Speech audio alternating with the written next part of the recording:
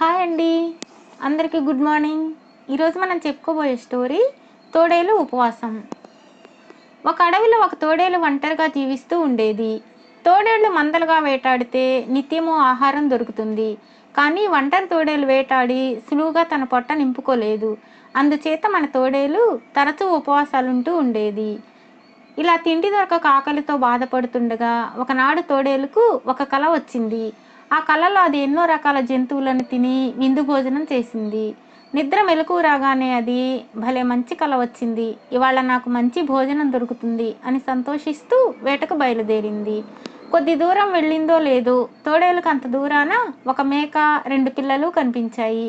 తోడేలు దూకుతూ వెళ్ళి మేకను సమీపించి, ఇక నీకు నీ పిల్లలకు నూకలు చెల్లిపోయాయిలే, నాకు చచ్చే ఆకలవుతున్నది, ముందు నీ పిల్లల్ని భక్షించి తరువాత తీరిగ్గా నేను తింటాను అన్నది.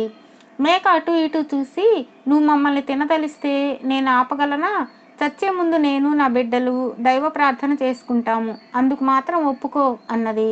దానికేం భాగ్యం, దేవుడిలో నమ్మకం ఉంటే అలాగే ప్రార్థనలు చేయండి, ఆ పని అయ్యాకనే మిమ్మల్ని తింటాను అన్నది తోడేలు. అప్పుడు మేక పిల్లలు గట్టిగా మే మే అని అరిచాయి. ఈ అరుపు దూరాన ఉన్న గొల్లవాడి వేటకుక్కకు వినిపించింది. ఆ వేటకుక్క భయంకరంగా గర్జిస్తూ భూతంలాగా దూకుతూ మేకలున్న చోటికి వచ్చింది. ఆ వేటకుక్క అంత దూరాన యమకింకరుల్లాగా కనిపించేసరికి పై ప్రాణాలు పైనే పోయినట్టయి తోడేలు అడవిలోకి దౌడు తీసింది. కొంత దూరం పోయాక, ఎంత మంచి భోజనం నోటిదాకా వచ్చిపోయింది, నాదే బుద్ధి తక్కువ అనుకున్నది తోడేలు. అది మరి కొంత దూరం వెళ్ళేసరికల్లా దానికి ఒక బలిసిన కోడిపుంజు కనిపించింది. నేను నిన్ను తినక తప్పదు, భోజనం చేసి చాలా రోజులైంది, ఆకలి మండిపోతున్నది అన్నది తోడేలు కోడిపుంజు దగ్గరకు వస్తూ. పాపం అలాగా, అయితే నన్ను తిని నీ ఆకలి బాధ తీర్చుకో, కానీ నన్ను ఒక్కసారి కూయని అన్నది కోడిపుంజు. అదంతా కుదరదు, ఏదో వంక పెట్టి తప్పించుకుపోదామని చూస్తున్నావు అన్నది తోడేలు. పిచ్చిదానా, నేనెక్కడికి పారిపోతాను, నీకంత నమ్మకం లేకపోతే నా తోకను నీ నోటితో గట్టిగా పట్టుకో అన్నది కోడిపుంజు. ఇలా అన్నావు బాగుంది అంటూ తోడేలు కోడిపుంజు తోక ఈకను తన నోటితో గట్టిగా పట్టుకున్నది. కోడిపుంజు గట్టిగా గొంతెత్తి కుక్కరకు అని అరిచింది. అది అలా అరిచేటప్పుడు దాని తోక తాలూకు ఈక ఒకటి తోడేలు గొంతుకెలికింది. తోడేలుకు ఆపుకోలేనంత దగ్గు వచ్చింది. దాని దగ్గు తెర ఉపశమించే లోపల కోడిపుంజు సమీపంలోనే ఉన్న చెట్టు కొమ్మ పైకెక్కి కూర్చున్నది. నా తెలివి తెల్లారినట్లే ఉంది, అందరూ నన్ను మోసగించేవాళ్లే, ఇవాళ కూడా నాకు తిండి ప్రాప్తం లేదో ఏమిటో అనుకుంటూ తోడేలు ముందుకు సాగిపోయింది. అది కొద్ది దూరం వెళ్ళేసరికల్లా ఒక ఆడగుర్రము, దాని పిల్ల ఎక్కడికో వెళుతూ కనిపించాయి.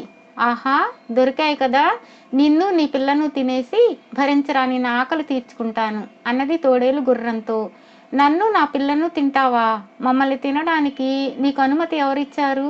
మా జోలికి వచ్చిన వాళ్లను చీల్చి చెండాడేలా శాసనపత్రం ఉన్నది తెలుసా అన్నది గుర్రం. ఆ మాటలకు తోడేలు నిర్ఘాంతపోయి, శాసనపత్రమా? ఎవరిది? ఏది? నన్ను చూడని అన్నది. నా కాలి అడుగున ఉంది, చూసుకో అంటూ గుర్రం ముందు కాళ్లలో ఒకటి ఎత్తింది.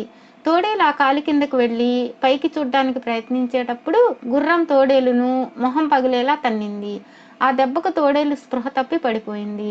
దానికి మళ్ళీ ఒళ్ళు తెరిసేసరికి గుర్రం జాడగాని దాని పిల్ల జాడగాని లేదు. నాకన్నా బుద్ధి తక్కువ ప్రాణి ఉండడం నిజంగా అసంభవం, ఇన్నిసార్లు మోసపోయినా నాకు కొంచెం కూడా బుద్ధి రాదేం అనుకుంటూ తోడేలు ముందుకు పోయింది. కొద్దిసేపట్లో ఒక గొర్రెపోతు ఎదురైంది. చూడు గొర్రెపోతు, నిన్ను ఎలా తింటానో తెలుసా? చర్మంతో, బొచ్చుతో, కొమ్ములతో సహా తినేస్తాను, నాకు అంత ఆకలిగా ఉంది, భోజనం చేసి ఎన్నాళ్ళో అయింది అన్నది తోడేలు. తిను తిను, నన్ను నువ్వు తింటే ఒకటి, మరొకరు తింటే ఒకటినా? నేను పుట్టిందే ఒకరికి ఆహారం కావడానికి కదా. నీకు మరీ ఆకలిగా ఉందంటున్నావు గనక, బొచ్చుతో సహా తింటానంటున్నావు గనక నీకు శ్రమ తప్పిస్తాను.